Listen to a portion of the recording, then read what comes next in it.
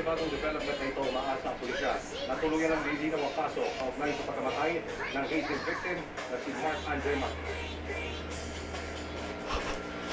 Dito sa safe house ng PNP sa isang undisclosed location, pansamantala sa nanatili ang dalawa.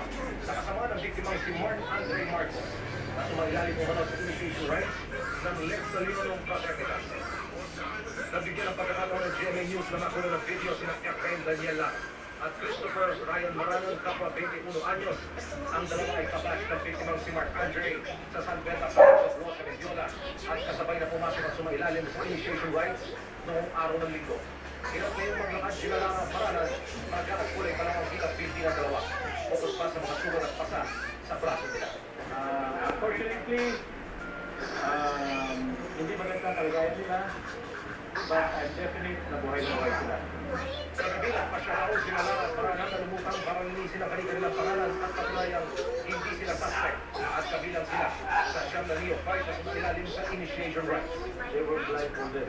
Pero sigurado silang kasama doon siya hanggang sa lugar. May pictures from this part down to the feet. May mga hematoma. Wala pang sinumpang Second,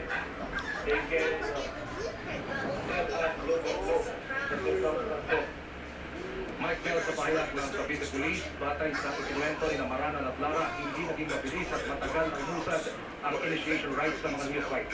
Na magarang na gusto ang bigat-binti ng dalawa sa kanilang mga palo, tagyak at suntok na hanggang sa mukha yung maabot. Pinatatakbo, pinalulukot pa raw sila habang sinasaktan.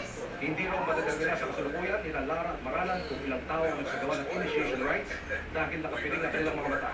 Pero ayon daw sa mga ito, hindi sila makakawala sa pananakit sa mga sandaling sumasablay sila sa initiation rights. Narito ang pahayag ng Provincial Director ng Cavite na si Senior Superintendent John Bolula. hindi ko natanong sila tungkol sa gamit na sa mga ginamit sa kanila, pero meron mo silang final evidence.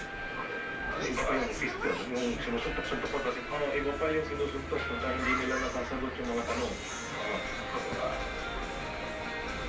Mike, bantay sarado ang safe house kung saan naroon sina Lara at Maranon. Binigyan na rito ng medical aid para agad na ma-recover mula sa kanilang mga kalagyan. Mike? Emil, naikwento ba o nasabi ba ng dalawang nilupay kung ano nangyari at kay Andy? Masakit ako sa boses niya. Tengan. Ayon sa pahayag at sa kwento, Ganyan na nga yung itsura. rights ay naroon din daw si Mark Andre dahil bago sila piringan ng mata. Nagpiling pa raw ito nagpakilala pa raw ito si Gian Belus na batay o handler doon sa dalawang neophyte kabilang dito, si Mark Andre. Mike? Pangalawang taong, Emil, sa ano, nasabi ba ng dalawang nilupay sa lubutan na yan kung saan punto ng posisyon ng mga nanood na itakbo na o talina si Mark Andre sa ospital ni? Sa pahayag na tinanggap natin, Mike, mula dito sa Cavite Police Office, maging dito sa Calabarzon, PNP.